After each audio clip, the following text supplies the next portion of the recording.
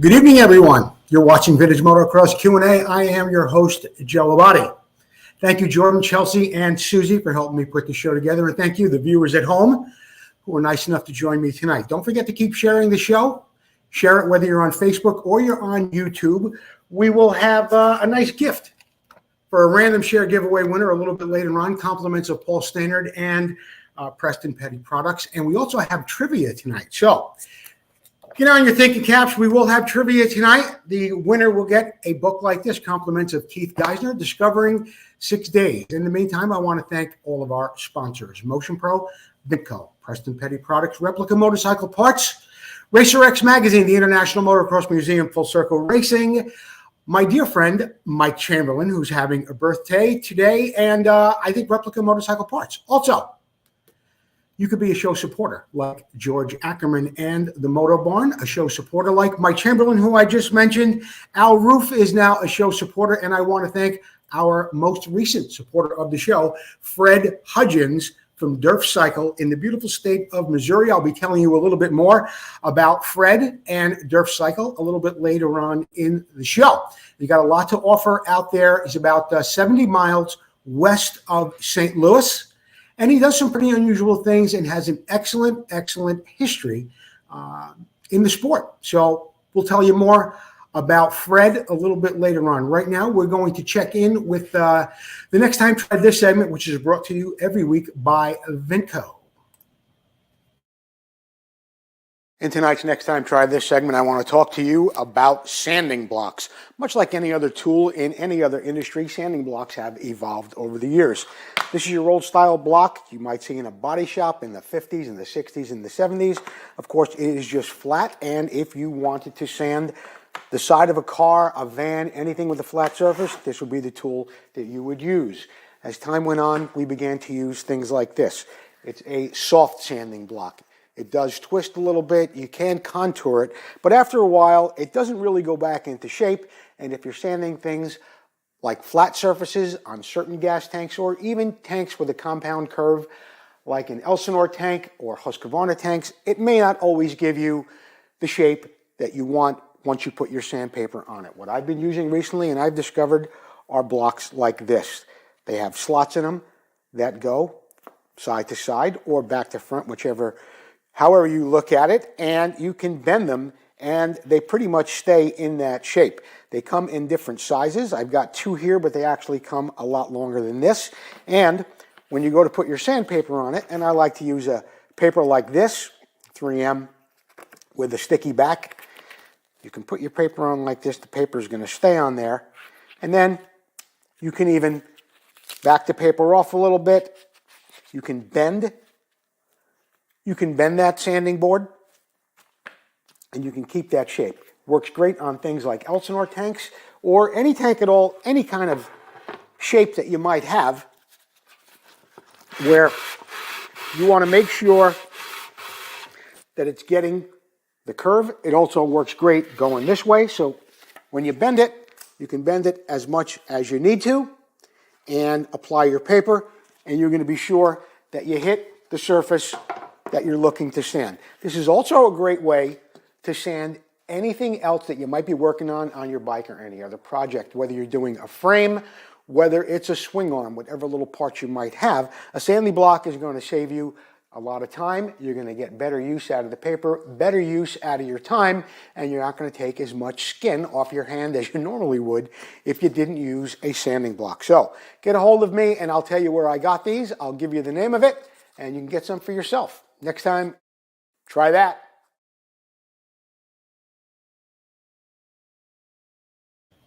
In the Moto Showcase tonight, which is brought to you by Preston Petty Products, we take a look at a bike that I had the privilege of actually seeing in person back at the York Swap Meet last January. It's a beautiful 1974 Osa Desert Phantom. This bike was restored by the expert, in my opinion, one of the biggest enthusiasts and aficionados on Osas that I know of is Keith Linus, and of course this gentleman right here, Mike Slate. And if you take a look at this bike, you can see the fit and finish is absolutely spectacular from every angle.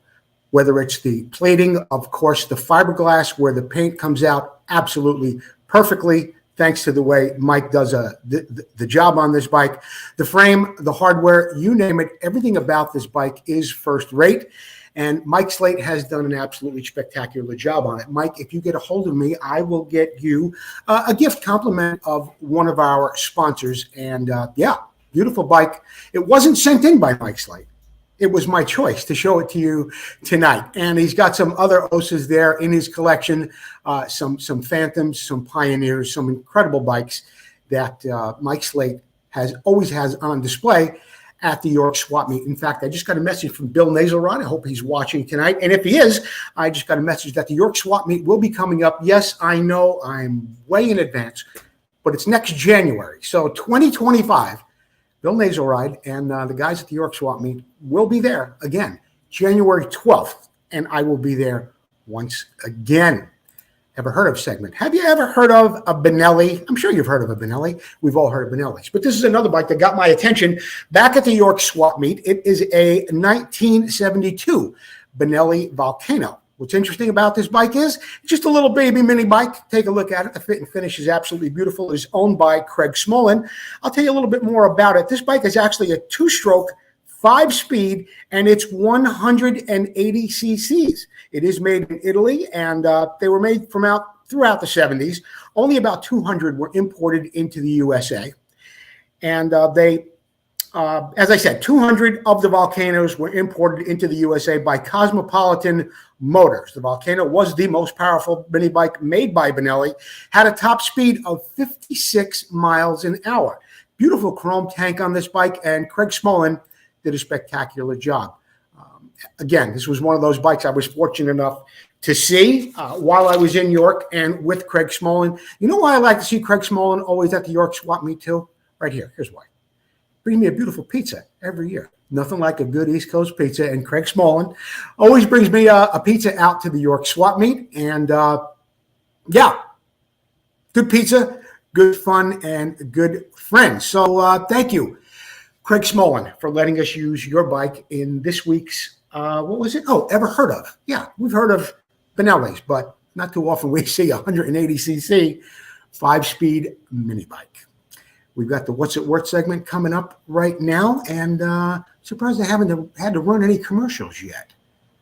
You know, I'm by myself here pushing all these buttons. Anyway, we do have the What's It Worth segment, Susie. Are they sharing the show? Yeah, they are. Keep sharing the show. We're going to have a random share giveaway winner. And don't forget, trivia is coming up. If you've won in the past 2 months, don't call me. Anyway, What's It Worth is brought to you by Full Circle Racing. And this is a pretty amazing bike. A lot of mystery that surrounds it. It is, of course, the Harley prototype that came out in 1975. This bike was recently sold on Bring a Trailer. I'm going to tell you a little bit more about the rear fork Harley in general, and then we will get to the value of it. I'm going to go back to these pictures right here. Absolutely beautiful picture of this bike while I get started. Anyway, the 75 Harley MX250 prototype was built as a test motorcycle. It was distributed to select dealers for Harley-Davidson with a price tag then of $1,375. And the objective was to test and see if amateur riders or really good local experts would buy this bike for $1,375. The production goal was only 100 units. There were less than 100 ever made, and the serial numbers ranged from 1 to 98. The frame of this bike was custom made by Champion in California, but without any Harley-Davidson markings. Champion motocross frame similar to this prototype was the first frame Harley used on their factory MX race program in 76. The factory race program went with a C&J frame when they raced it in motocross. Now,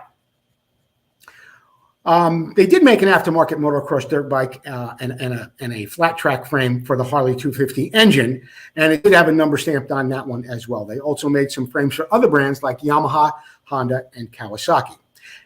Other aftermarket components were K&N handlebars. Our blue grips were correct on there. There was a German-made Magura controls.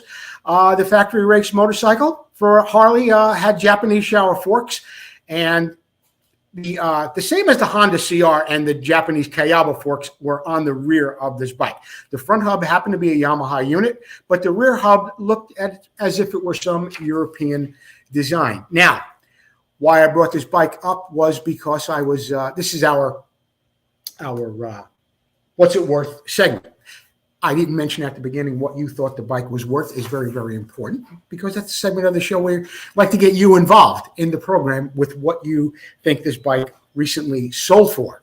So this bike was restored by Bill Masho at the Moto Factory in Santa Barbara. Absolutely impeccable. It did sell on Bring a Trailer. How much do you think the bike went for? $10,000?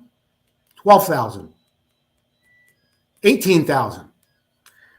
Buckle your seatbelt. This bike went for $35,000. You heard me right, folks. $35,000, one of only 98 Harley prototypes. $35,000. How close did you get? That segment? Knew. Who? Dave Boydston. Boydston? Well, He is a fountain of information. That segment was, of course, brought to you by Full Circle Racing. Tom McAllister has an overabundance of wheels in stock. Get a hold of Tom. And right now, he's got a special going on for the CZ backing plate, just $179. And yeah, $179. If you don't want the logo on there, it's just $169. That's it from Tom McAllister at Full Circle Racing. Next up on the agenda, what do we have? Here's the problem segment. This is, of course, brought to you by Motion Pro. I can't believe we didn't have to run any commercials yet. Actually, we did. You know what? We are going to run a commercial right now. And when we get back, we'll get back and we'll continue on with the Here's the Problem segment and the rest of the show. Don't forget to keep sharing it. We've got trivia coming up, and we've got a few more things going on here at Vintage Motocross Q&A. I'm Don Kadowski, and you're watching Vintage Motocross Q&A. Don't go anywhere.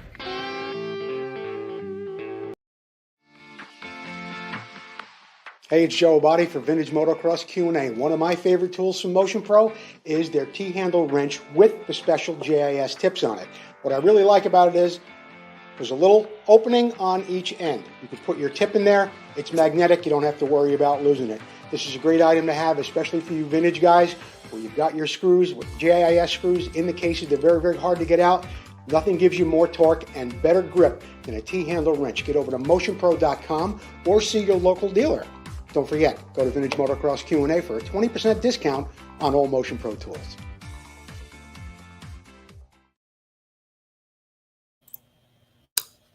You don't have to go to the Vintage Motocross Q&A, but you do have to go to the Motion Pro website. And when you do, when you check out, put in code MP, as in Motion Pro 9135, MP 9135, and you will get 20% off across the board on everything at Motion Pro except custom cables. The Here's the Problem segment is brought to you by Motion Pro. First question comes from Phil Liberty. Joe, are the engine frame paint the same on a 1974 Elsinore, or are they different? Can you discuss those differences on the frame, the pipe, the triple clamps, etc.? Yeah, I can, Phil. And thank you for watching the show and always sharing it as well. This is a bike that I restored, and if you are restoring one or you want to make it nice as a race bike, you do want to make sure that you use the correct shades of black. Now, in this picture right here, you can see it a little bit better. If you look on the swing arm, it isn't quite as glossy as some of your high gloss frames. If you are powder coating, which I don't necessarily agree with if you're restoring the bike, but if you are building a racer and you want it to look authentic, or you are going to powder coat the frame, tell your powder coater that you would like 80% gloss, not 100% gloss. 80% gloss will give you a color like you see on the swing arm right here. Also be sure when you bring in your swing arm and frame to bring in your torque arm and your pegs, also the pipe hanger and your shock springs. All of those items are a gloss black, okay? However, the engine, the covers, the head, of course, the pipe, the pickle, the hubs, and the triple clamps are a satin black finish. Satin black on those items, 80% gloss on the frame, and yeah, satin. Satin on the engine parts and the hub, 80% gloss on the shocks frame, swing arm, and that will make it look really, really authentic, okay? So that's what you want to do there. Brian Murphy had a question for us too. This isn't the bike, but he did have the question.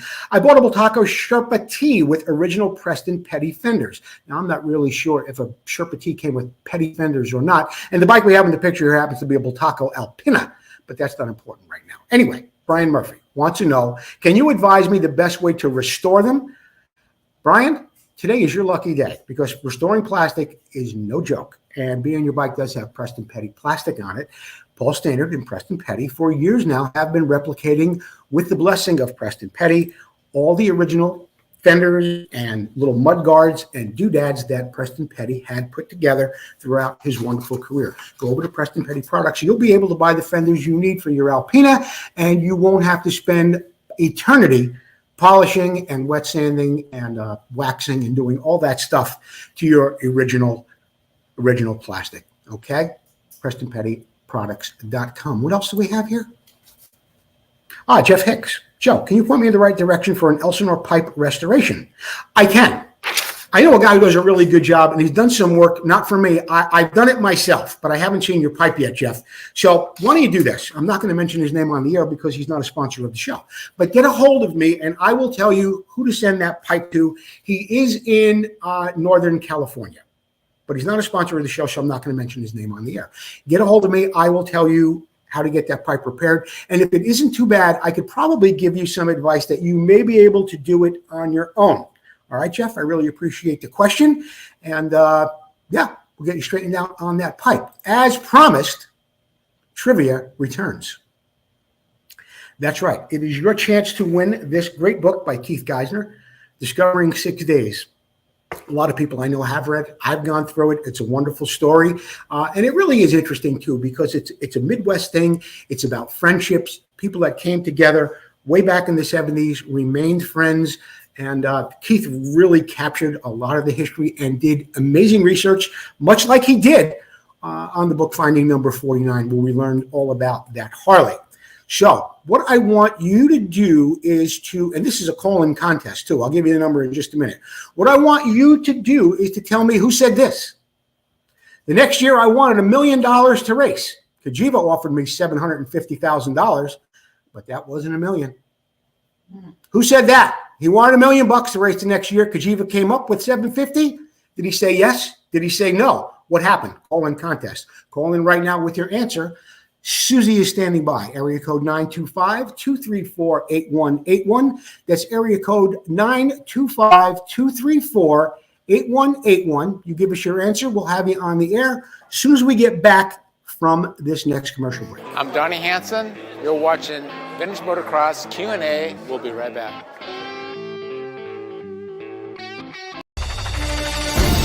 Motocross struck America, coming from Europe like a lightning bolt, striking the hearts and minds of people all across the country and the world.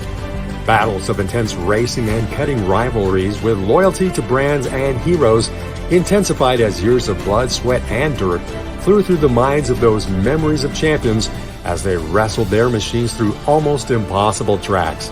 But where are those past champions? And where are their bikes? Terry Good, an ex-pro motocross racer, has made it his life mission to honor these heroes and the bikes they rode to stardom.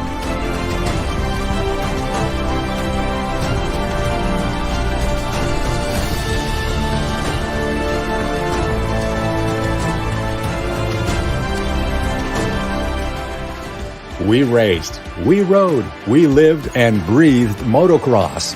Go back in time and relive those moments, now preserved for the first time ever in the world's first museum dedicated to the history of motocross. Our new building is in the gate. Help us get a great start and you can be part of history. Go to internationalmotocrossmuseum.org and become a part of our team.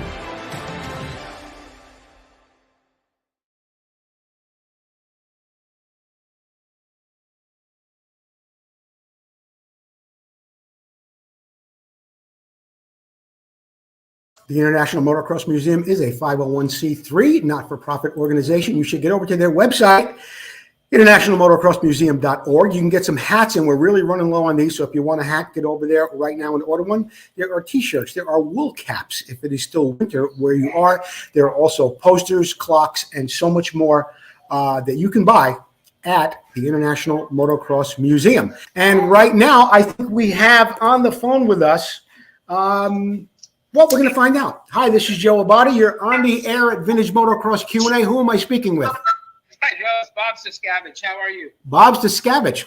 We're doing great, Bob. Who was it, the person that said, I want $1 million to race the next year? Cagiva came up with $750,000, but that wasn't $1 million. That was Mr. Lackey.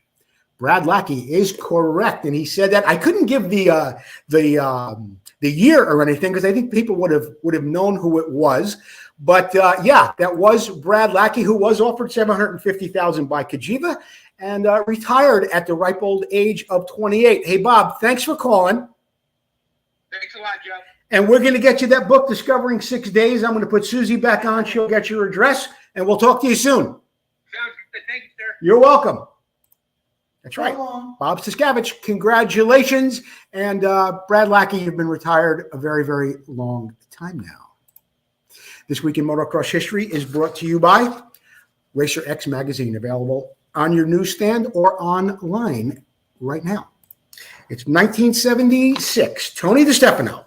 Suzuki's Tony DeStefano got his first ever AMA Supercross win, not to mention Suzuki's first win in the 250 class at Daytona. Before the race, the only other Suzuki win in a Supercross came from Roger DeCoster when he won the 500 class at Daytona back in '74.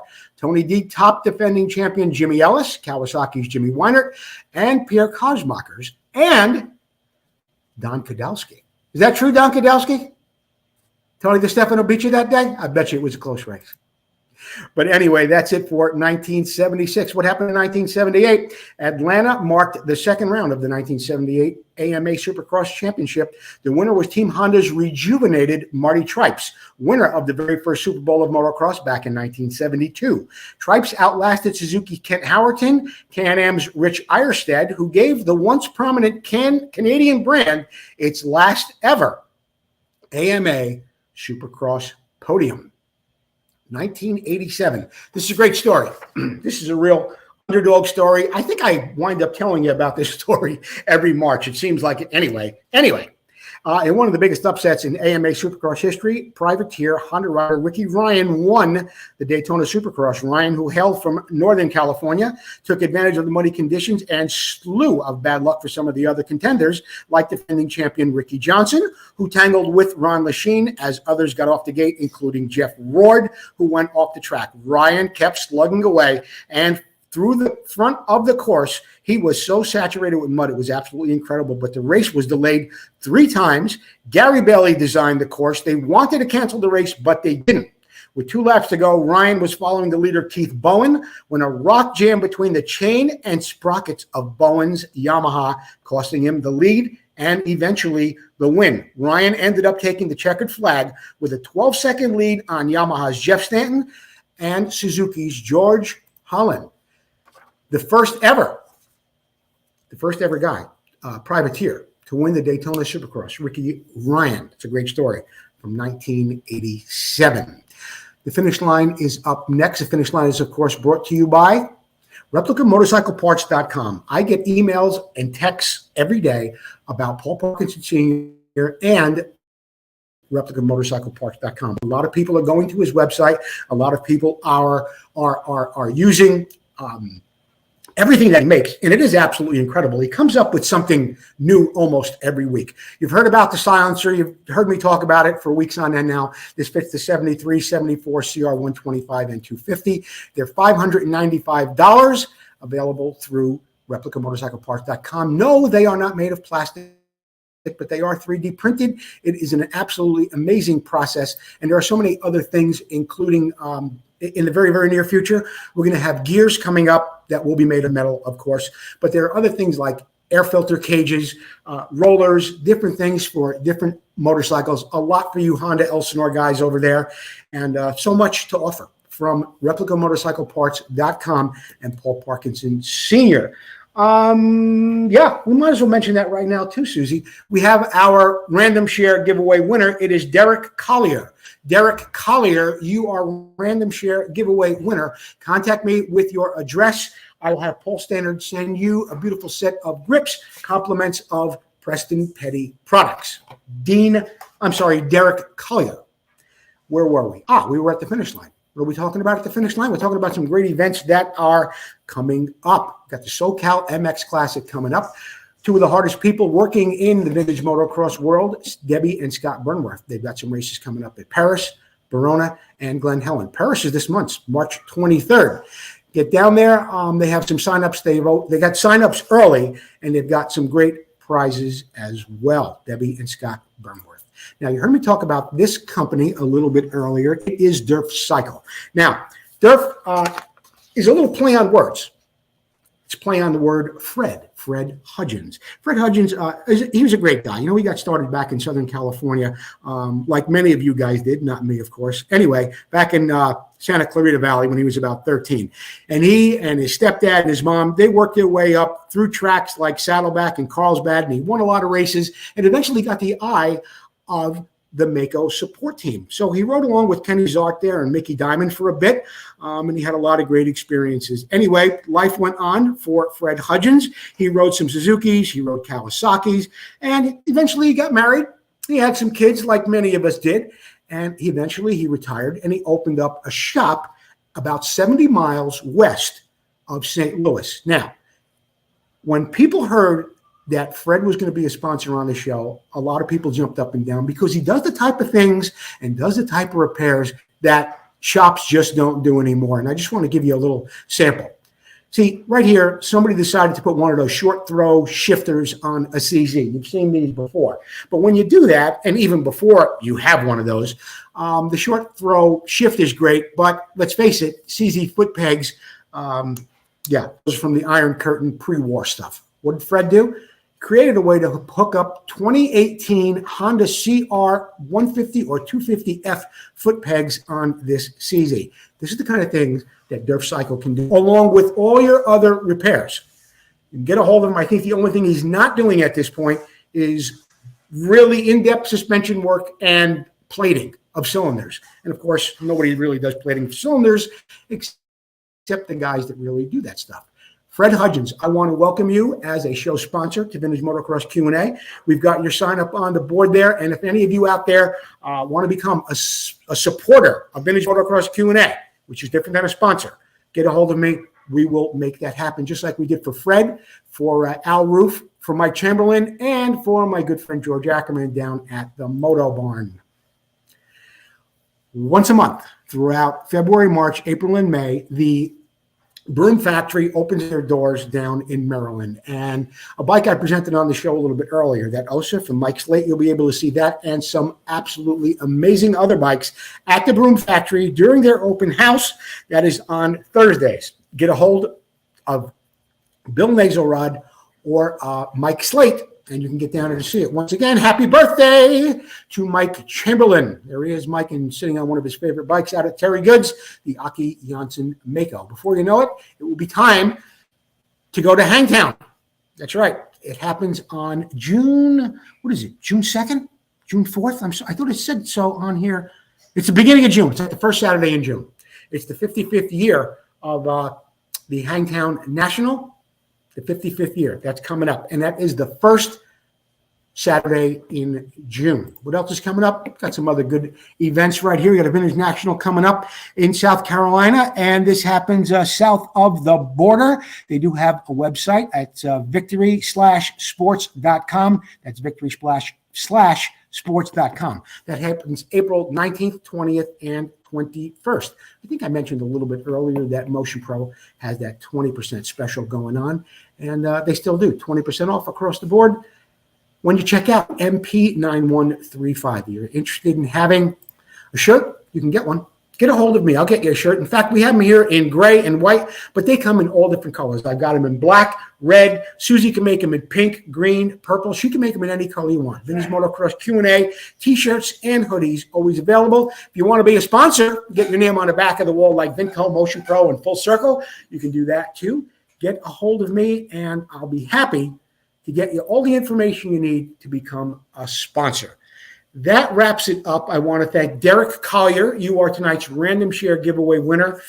Get a hold of me. Get me your address, and I'll get you some grips compliments of Paul Stannard and Preston Petty Products. Bob's Discavage, the big brain tonight. He knew the answer was Brad Lackey. And that about really wraps it up. Susie, you got anything else? Any questions? Anything going on that you might want to share with the folk? No. No? Moto on Saturday at Birmingham. Yeah, Birmingham Supercross Saturday. We're all looking forward to that. But for right now, I am Joe Abbate. Thank you for joining me tonight for Vintage Motocross Q&A. Don't forget to support all of our sponsors, including our new sponsor or show supporter, Derf, Fred Hudgens. Yeah, I'll get him. Hang on. Wait, you know what I got to do too? I always wind up getting a dog and I forget to start the music or get to where the music is. You know, I'm the only guy here operating the button. So let's find out what we got here. Logo, show. Oh man, open logo. There's a lot of stuff here. Let me get him. Cheer up. Oh, okay. That's it for Vintage Motocross Q&A. He was on point. We will see you next time. Thanks for joining us.